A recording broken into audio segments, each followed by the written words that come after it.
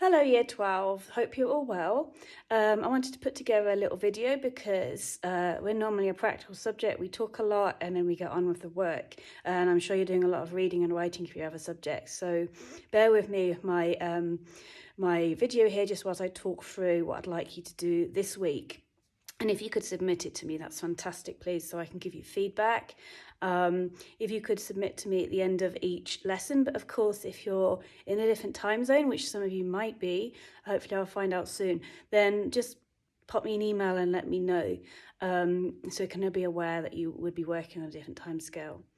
So you have 5 hours of lessons this week, but it would be expectation you would be doing homeworks as well, even though you are at home.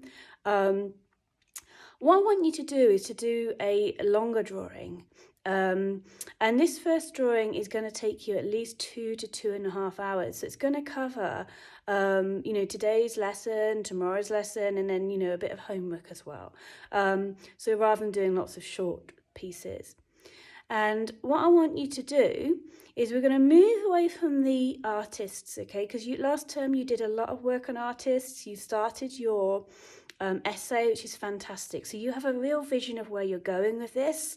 It will change naturally a little bit, but overall, you and I know what your project's mainly about, what your argument or your investigation is going to be. So that's fantastic. The assessment objective with the artist is looking strong. Keep the ball rolling with that if you want to.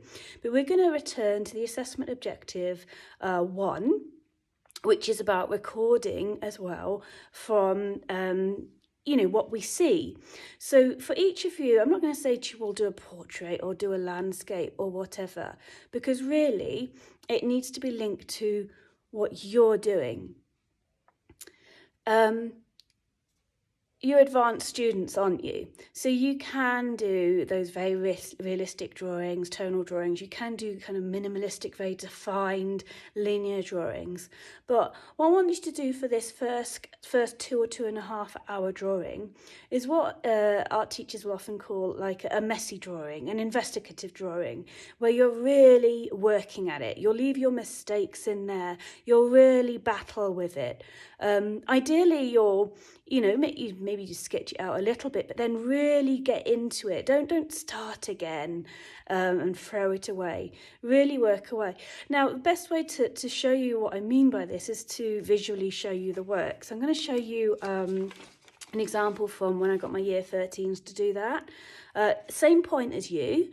So they knew the kind of artist they were looking at, knew the theme, had done a little bit of photography and drawing before, and then I got them to do a messy investigative drawing. It could be observational, or it could be secondary. It should in some way link to the artists, okay? So let's say it was observational and you were doing an eye study, then you could do it, linked to perhaps the drawing style of Francis Bacon or something like this. If it was secondary, you might want to take an artwork, but then really explore it through drawing in a very investigative way. Anyway, let me show you an example. So this is what we would call a messy drawing from one of the year 13s.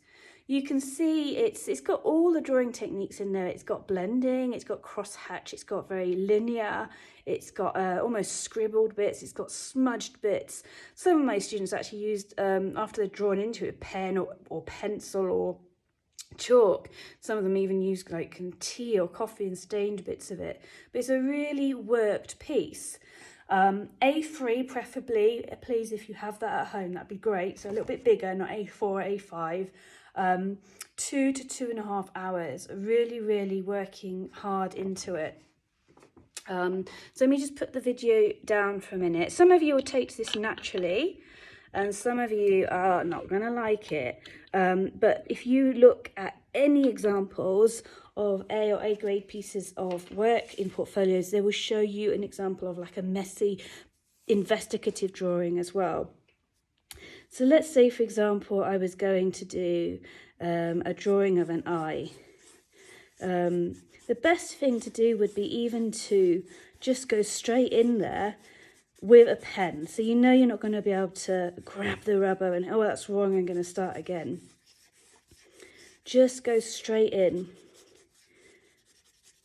So the examiner wants to see your modifications and your corrections. There's a myth that, you need to get rid of all of those and be like this so-called perfect artist.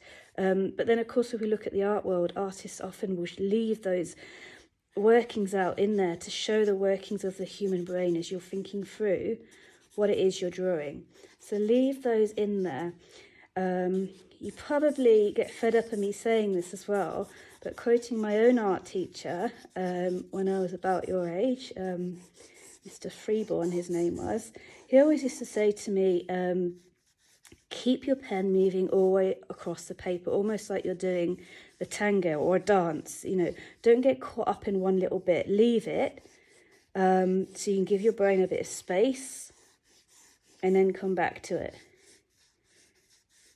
So just as you get into your comfort zone, get yourself out of it again. And like I said, you can do it in pencil, you can do it in chalk, but I'd be probably strongly suggesting, especially those of you who tend to really define or rub out and be a bit perfectionist, which we can all be at times, it might be better just to actually use just even a biro or a felt pen, ink pen or something. So you're forcing yourself to get away from that idea of over planning it. The whole point of this one, this messy drawing, this investigative drawing, is that you are showing yourself confident enough as an A-level student to make it a well-worked piece, because you're going to spend maybe 2 to 2.5 hours on this. You're really going to work into it. But at the same time, you're confident enough to say, yeah, I'm not tracing something, I'm not copying something, I'm actually thinking as I'm drawing. And I'm happy and confident enough as an advanced level, A-level student, to leave those so-called mistakes in there to show you how I'm thinking.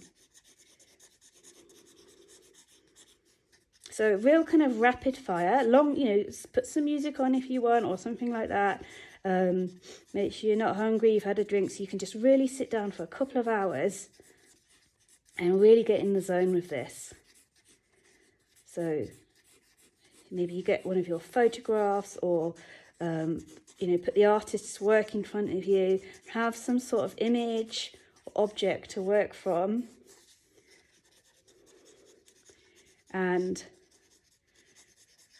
show the examiner, when they have that tick box in front of them and they're looking for all sorts of different things, they'll know you've had a teacher, and they'll know the teacher would have said to you, hey guys, let's have a go at doing a messy drawing, an investigative drawing.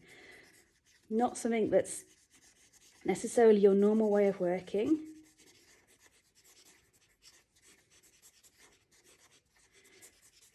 And not something that won't have mistakes in it.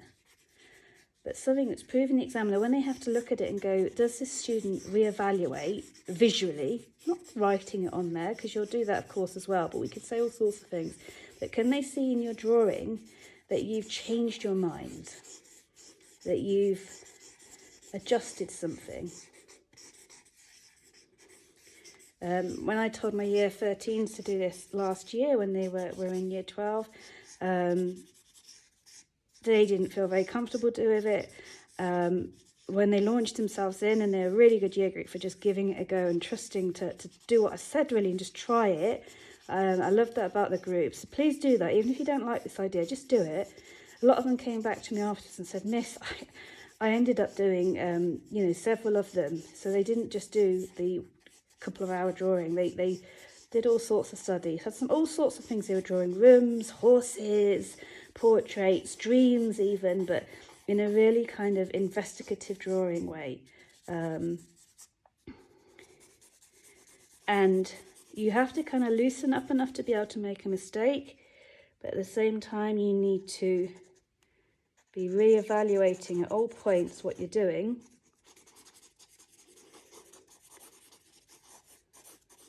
So you kind of have to free your mind, but at the same time really concentrate it. If you have a different thickness of pen or something like that, That'd be fantastic.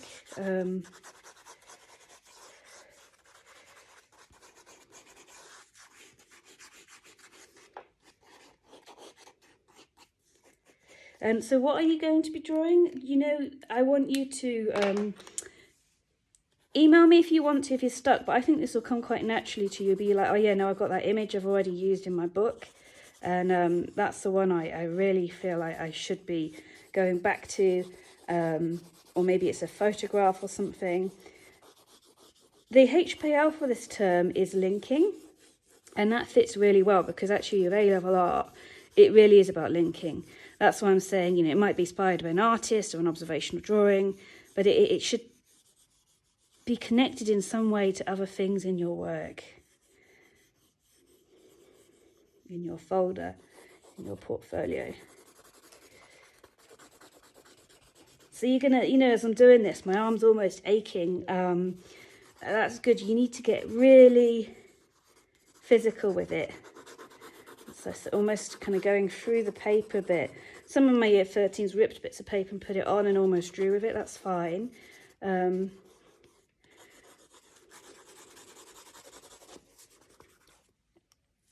yeah, I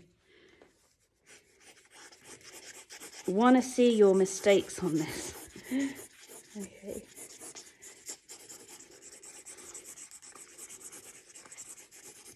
If you want to stop along the way and photograph what you've done, so you know, so you feel reassured that if it really does go pear-shaped and you're not happy with it, you can go, well, this was the stage when it looked the best. So be it, do it.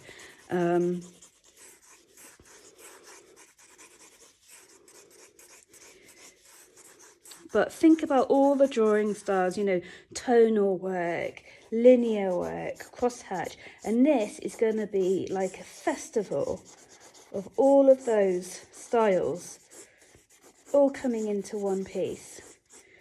And I can't reiterate enough, like, keep working over the picture. So don't overdo it and get caught up in one layer. You get into something, then leave it, come away from it. Because it's human nature is we get set in our ways and we think something, oh, I quite like that effect, I'm going to keep going. And then before you know it, you've lost that ability to really investigate what you're doing. And it becomes a bit dry and boring and predetermined.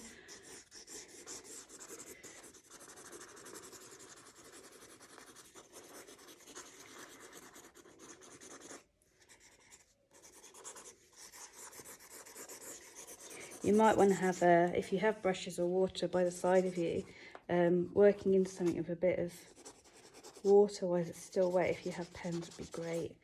Like I said, you can just do this. Some of my students just used pencil, thinking about different directions, even turning the picture around, so you can kind of change your perspective on it a little bit.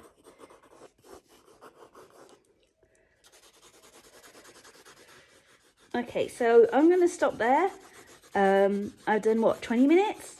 You've listened to me for long enough. Hopefully you're raring to go with your own piece now. And you're going to get your arm really doing a good workout and do like a really messy, invigorating, enthusiastic drawing. There's that year 13 one again. Really look forward to seeing your work. And yeah, go for it. Bye-bye.